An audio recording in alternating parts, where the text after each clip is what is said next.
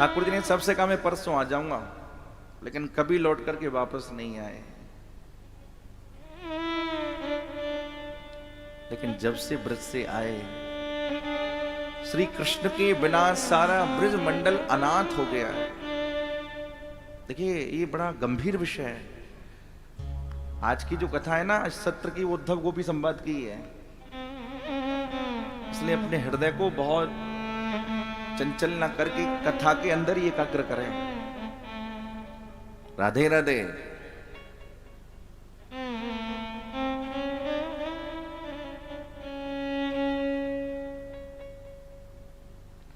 जब से ठाकुर जी ब्रज से मथुरा आए, तब से सारा ब्रज मंडल अनाथ हो गया। चारों ओर ब्रज की दशा बड़ी विचित्र हो गई है। ब्रज की गोपियों का हाल कैसा हो गया पता है? एक गोपी तो यमुना के किनारे ना बड़ी जोर से रो रही है, और इतनी जोर से रो रही है, आंखों से आंसू बहते ही जा रहा है, बहते ही जा रहा है, बहते ही जा रहा है। रोकना चाहती है लेकिन आंसू रुक ही नहीं पा रहे हैं। ऐसा बहुत बार होता है, कभी कभी हृदय का भाव निकल पड़ता है, कितना भी रोको, जितना रोकते उतना ही आंसू आते हैं। गोपी रोती जा रही है, रोती जा रही है। यमुना के किनारे एक संत खड़े हैं, उनका नाम है दुर्वासा। दुर्वासा ने आकर के पूछा, अरे गोपी तू काहे को रो रही है? तो उस गोपी ने कहा, मैं रो नहीं रही हूं।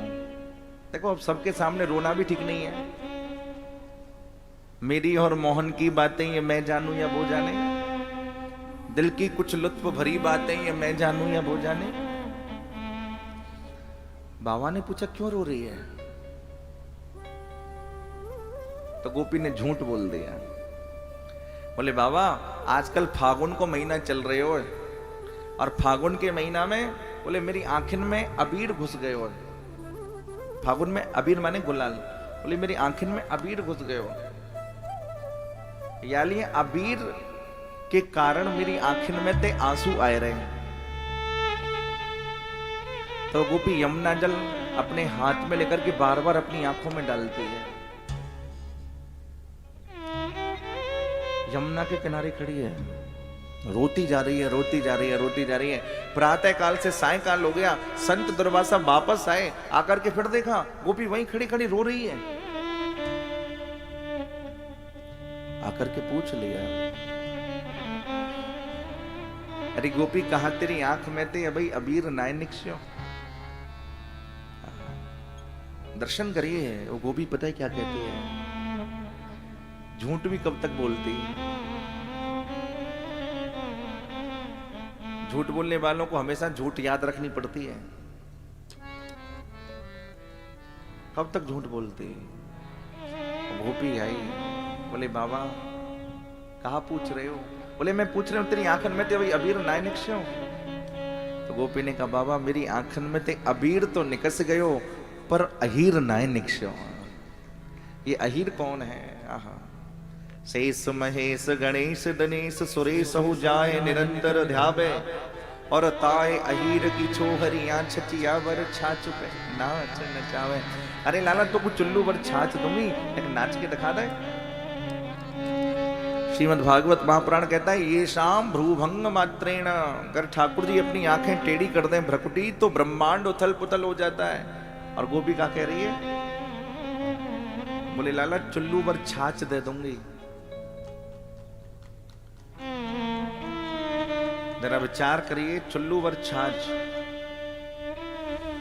छाछ एक ऐसी वस्तु है उसके लिए कोई मना नहीं करता, और गोपी कहती है चुल्लू वर छाछ के दूंगी ना, एक नाच के दिखाए दे। और ठाकुर जी ठुमुक ठुमुक करके नाच रहे हैं। कैसे नाच रहे हैं? बोले यंत्र दारूवत, जैसे कठपुतलियों को नचाया जाता है ऐसे कृष्ण गोपियों के सारे पर नाचते हैं ब्रज में। लेकिन जब से ठाकुर जी मथुरा गए, ब्रज की बड़ी विचित्र स्थिति हो गई है। एक गोपी तो ध्यान लगा करके बैठी है, महाराज मेरुदंड सीधा कर रखा है और आंख बंद कर रखी है, ध्यान लगा करके बैठी है। सामने नारद बाबा आए बीड़ा बजाते। उन्होंने मन में सोचा ये ब्रज में योगिनी कहां से आ गई? आकर के पूछा, बोले कहा तू नंद नंदन को ध्यान कर रही है, लेकिन वो पता है गोपी क्या कहती है? बोले बाबा मैं उसका ध्यान नहीं कर रही। प्रत्याहृतः मुनिक्षणं विषयतो यस्मिन् मनो धित्सते बालेषु विषयेषु धित्सति ततः प्रत्याहरन्ति मनः यस्य स्फूर्तिलवाय हन्त हृदये योगे समुत्कण्ठते मुगधेयं किल तस्य पश्य हृदयान् निष्कान्तिमाकाङ्क्षते। गोपी कहती है बाबा मैं आज श्री कृष्ण का ध्यान नहीं कर रही हूं। राधे राधे, राधे राधे, जोर से कहिए राधे राधे। तो बोले क्या कर रही है? बोले आज मैं कृष्ण को भुला करके संसार का ध्यान कर रही हूं। हम लोग जरा ध्यान करते हैं ना कि कहीं भगवान प्रकट हो जाए ध्यान में, लेकिन गोपी क्या कहती है?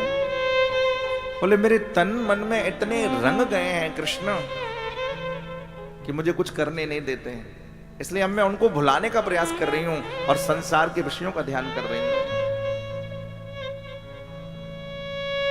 विचार करो कि गोपी की भाव दशा कितनी ऊंची है।